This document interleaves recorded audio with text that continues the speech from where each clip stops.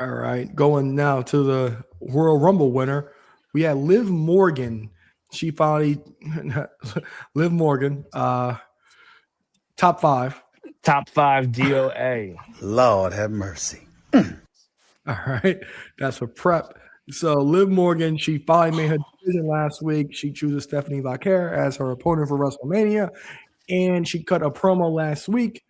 And some of the things that she said was, I've been with the company since I was 20. You would turn away in your first tryout, and the privilege, and then being in a match with me at WrestleMania is going to be the privilege of your life.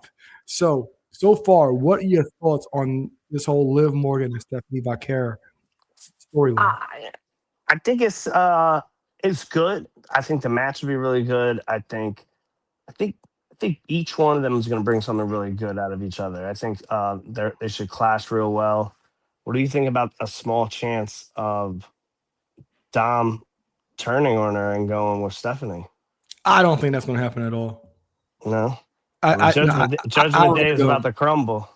We'll get to that in a little bit, but because we've been talking about that for 2 years about their problem, but they always seem to keep it together and be the most intriguing thing. So for me, That's I've going been. on 6 years. Jeez, how that group is. Is this five? Is it five? Five? No, four since 22. Oh yeah, jeez, I can't count. Yeah, since 22. But there've been so many iterations of it, so it feels like Yeah, it's been like yeah. six.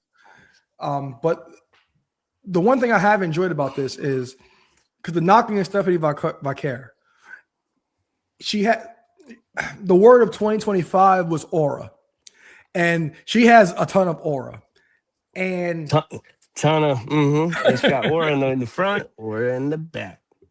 Lord have And mercy. it don't matter if you're deaf. You can hear that.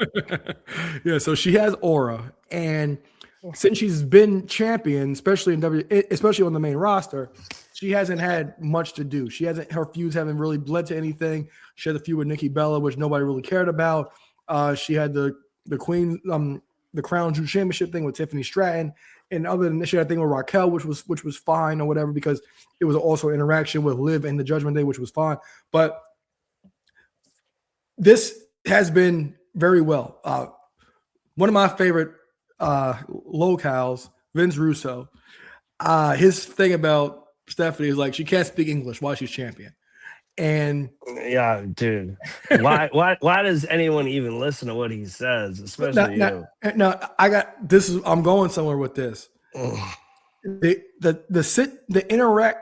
integration of Dom in this, able to basically translate what's going on from Steph to Liv has been fantastic because she's actually able to be more herself in these situations. Like she said something to Liv Morgan, Dom translated, had Liv Morgan crying. In the ring where she slapped Dom. Dom has been an integral part of this entire thing to get the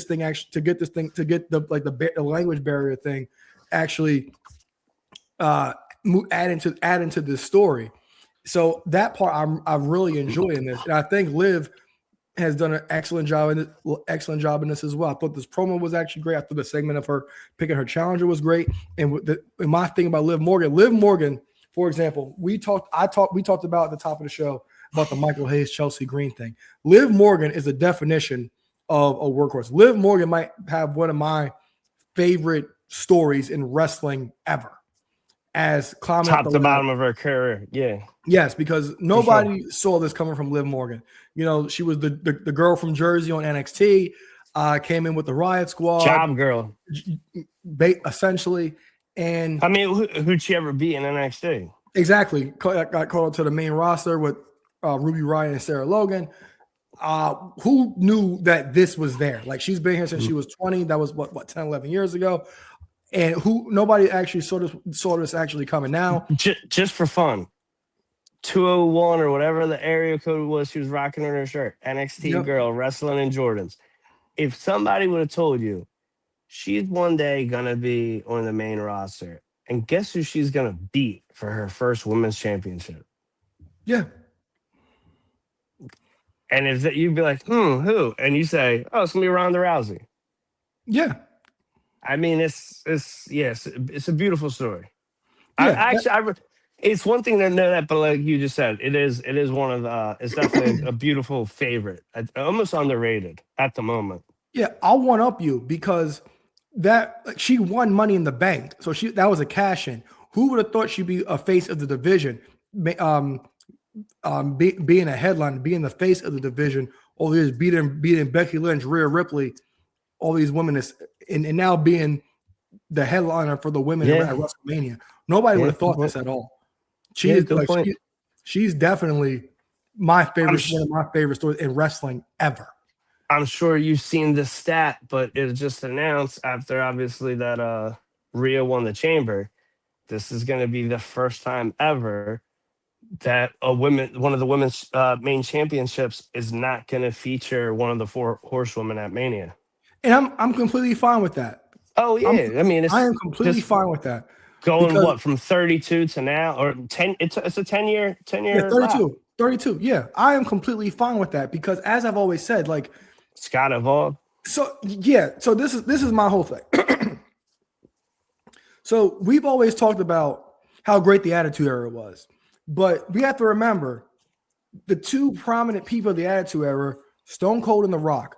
Their runs, Stone Cold was 96 to 2002, and he was at the top of the card from 97 to 2000 to 2002.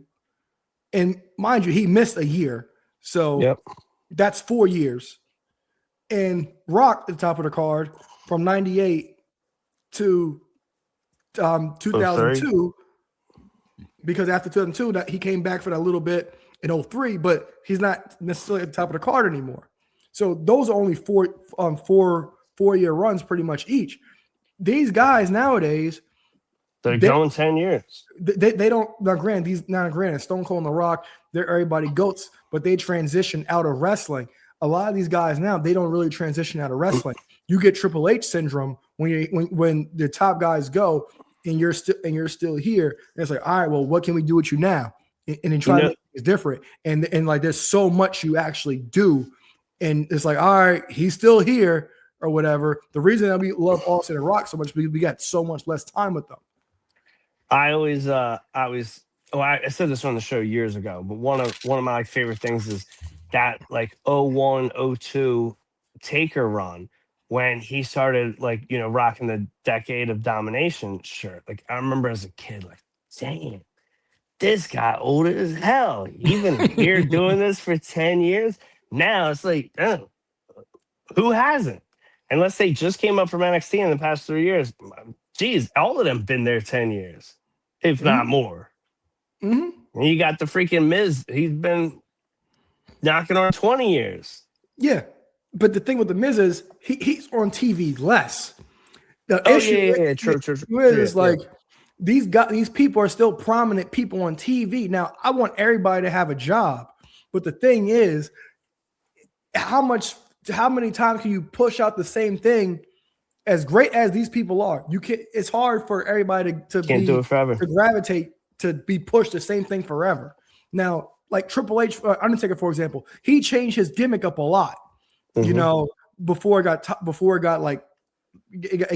tiring, and then as the time went on, he made his appearances sparingly, and WrestleMania was something to look forward to when it came to him. But a lot of time, like they're pushing out the same thing, and it's like, all right.